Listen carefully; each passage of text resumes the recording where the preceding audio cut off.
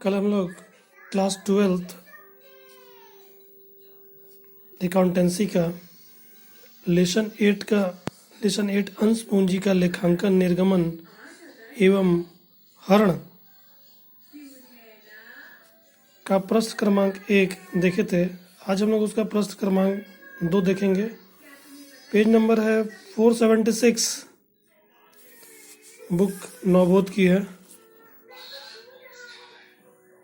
12th accountancy. तो हम लोग इसका पेज नंबर 476 का क्वेश्चन नंबर 2 को आज देखेंगे और हल करेंगे। तो ठीक है, हम लोग दूसरा प्रश्न चालू करते हैं। तो दूसरा प्रश्न देखेंगे। अब दूसरा प्रश्न लिखा है,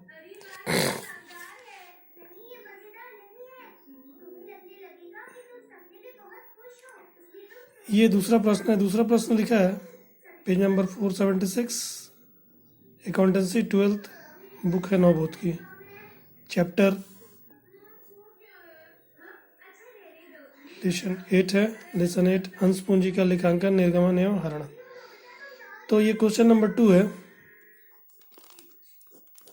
देखते हैं। एक्स लिमिटेड कंपनी ने 50 रुपये वाले 8000 अंशों के लिए आवेदन आमंत्रित करने के लिए प्रविवरण निर्गमित किया। यानी एक्स लिमिटेड कंपनी है, 8000 अंश जारी कर रही है, पेपर में इश्तेहार देती है 8000 अंशों के लिए, और एक अंश का दाम 50 रुपये है। एक अंश का दाम 50 रुपये है। 8000 अंशों को जारी कर रही है, आवेदन करने के बोल रही है लोगों को कि आप 8000 अंश खरीदिए, जिन पर राशि निम्न प्रकार है। और राशि यानी पैसा कैसे मंगा रही है, 50 रुपये कैसे मंगा रही है कंपनी? 15 रुपये आवेदन पर, 15 रुपये आवेदन पर, 25 रुपये आवंटन पर, 25 रुपये आवंटन पर तथा 10 रुपये याचना, प्रथम व अंतिम याचना, एक ही याचना बना रही है। यानी एक ही बार याचना के रूप में एक ही बार वो कर रही है, प्रथम व अंतिम याचना। याचना पर 10 रुपये। इन सभी अंशों के लिए आवेदन प्राप्त हो गए, बता रहा है इन सभी अंशों के लिए आवेदन प्राप्त हो गए। 2000 रुपये अंशों के निर्गमन के व्यय, 2000 रुपये अंशों के निर्गमन के व्यय भुगतान कर दिए गए। आवश्यक जनरल प्रविष्टि दीजिए। तो आप सवाल को ध्यान से देखेंगे तो सवाल क्या बता रहा है, 8000 अंशों को, साउंड कम करो थोड़ा सा छोटू, साउंड कम करो। 8000 अंश जारी कर रही है, एक अंश का दाम 50 रुपये है। अब वो 50 रुपये कैसे मांग रही है कंपनी? जब आवेदन करेंगे लोग तो उस समय 15 रुपये, जब कंपनी उनको आवंटन कर देगी तो 25 रुपये लेगी, और प्रथम व याचना के समय जब पैसा मांगेगी तो 10 रुपये लेगी। और आगे सवाल बता रहा है कि 2000 रुपये क्या हुआ कि अंशों को निर्गमन करने के लिए, यानी कि पेपर ऊपर इश्तिहार देने में उसको कुछ खर्चा हो गया। कितना खर्चा हुआ? 2000 रुपये। 2000 रुपये 2000 अंशों के निर्गमन के व्यय भुगतान कर दिए गए। आवश्यक जनरल प्रविष्टि। तो हम इसका आवश्यक जनरल प्रविष्टि देखते हैं। तो पहला मैंने कल बताया था कि कंपनी क्या करती है, हिस्सों में कर पैसा मांगती है, नहीं छोटे छोटे, यानी कि कुछ बांट कर पैसा मांगती है। तो पहला मैंने बताया था आवेदन, दूसरा आवंटन, फिर याचना। याचना में प्रथम याचना हो सकता है, द्वितीय याचना हो सकता है, तृतीय याचना हो सकता है। इस सवाल में केवल प्रथम याचना, एक ही याचना बनाया गया, प्रथम याचना, प्रथम व अंतिम याचना। तो आवेदन, आवंटन और प्रथम व अंतिम याचना।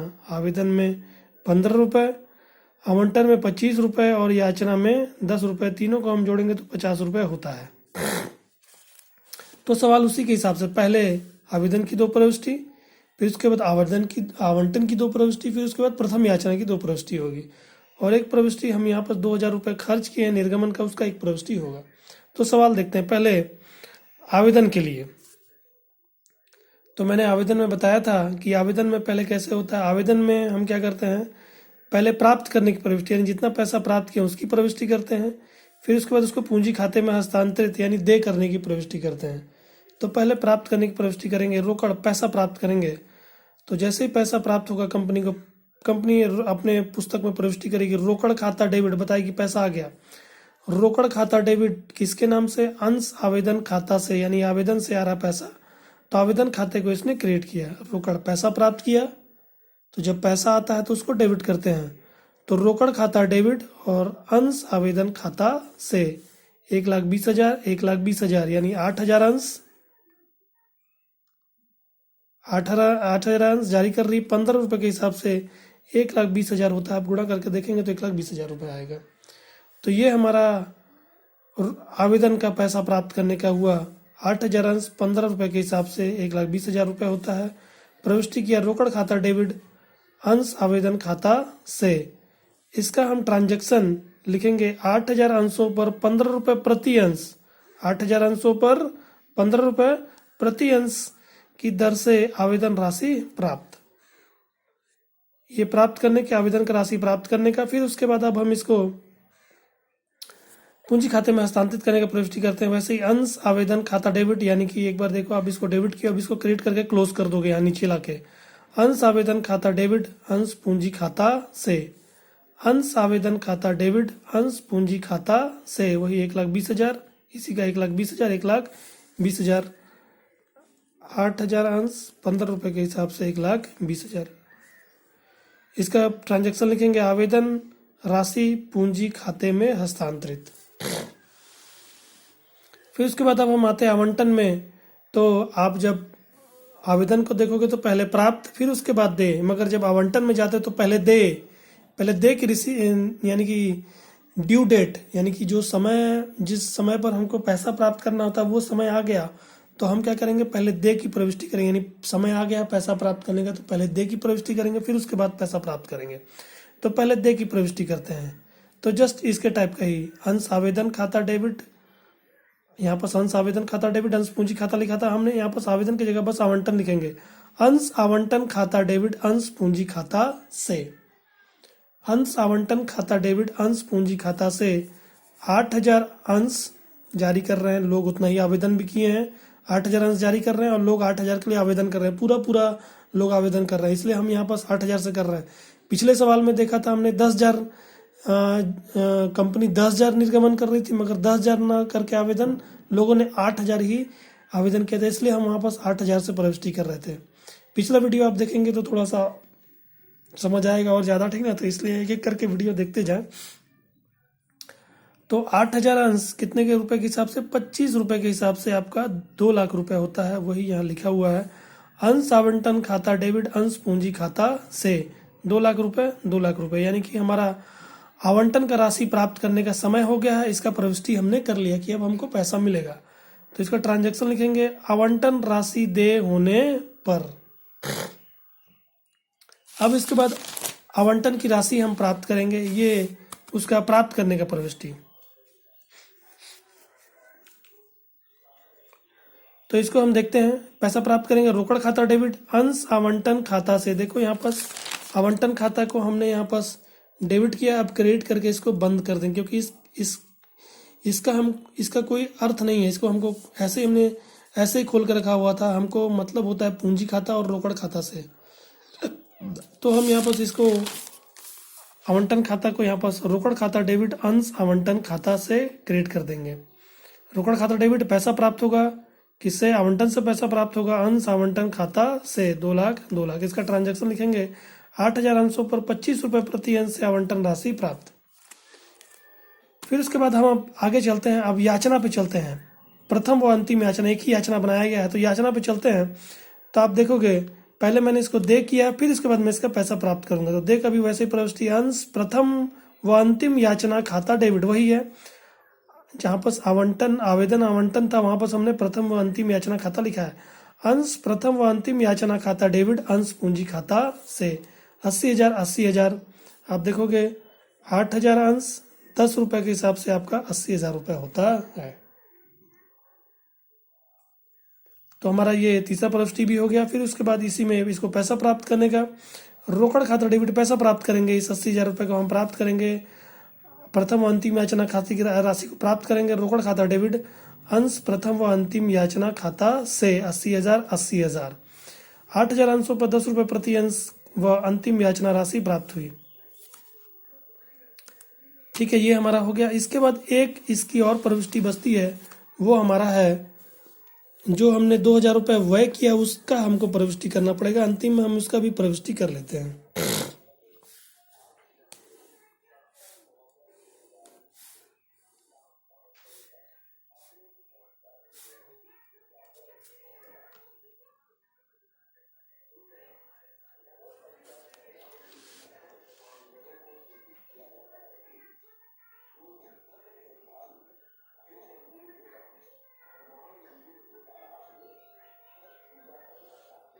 ठीक है, ठीक है। तो हम इसका अंतिम, ये जो 2,000 रुपये उसने खर्च किया निर्गमन के लिए, उसका हम प्रविष्टि देख रहे हैं। अभी तक हमने आवेदन का प्रविष्टि कर लिया, आवंटन का प्रविष्टि कर लिया और याचना का प्रविष्टि कर लिया। अब हमारा ये जो 2,000 रुपये खर्च किया, इसका प्रविष्टि हमको करना है।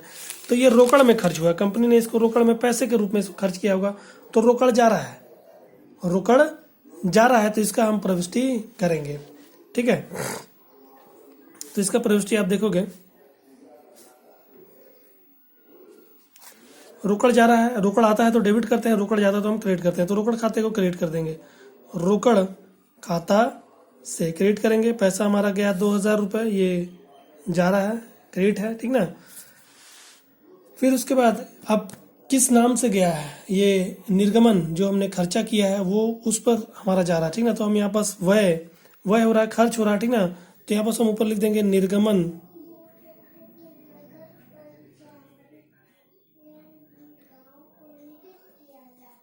निर्गमन व्यय खाता डेबिट।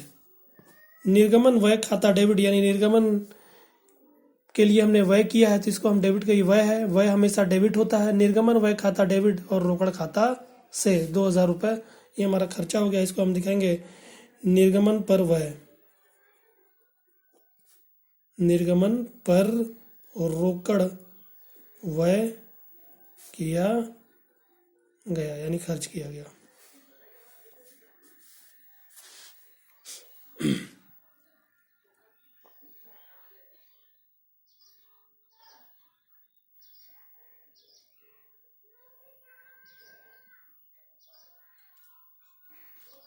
ठीक है, तो ये हमारी प्रविष्टि हो जाती है। हम इसको जोड़ेंगे तो पूरा हमारा आ जाएगा 8,02,000 रुपये, 8,02,000 रुपये।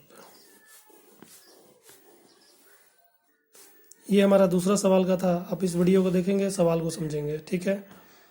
फिर मैं अगला वीडियो फिर बनाऊंगा, फिर भेजूंगा।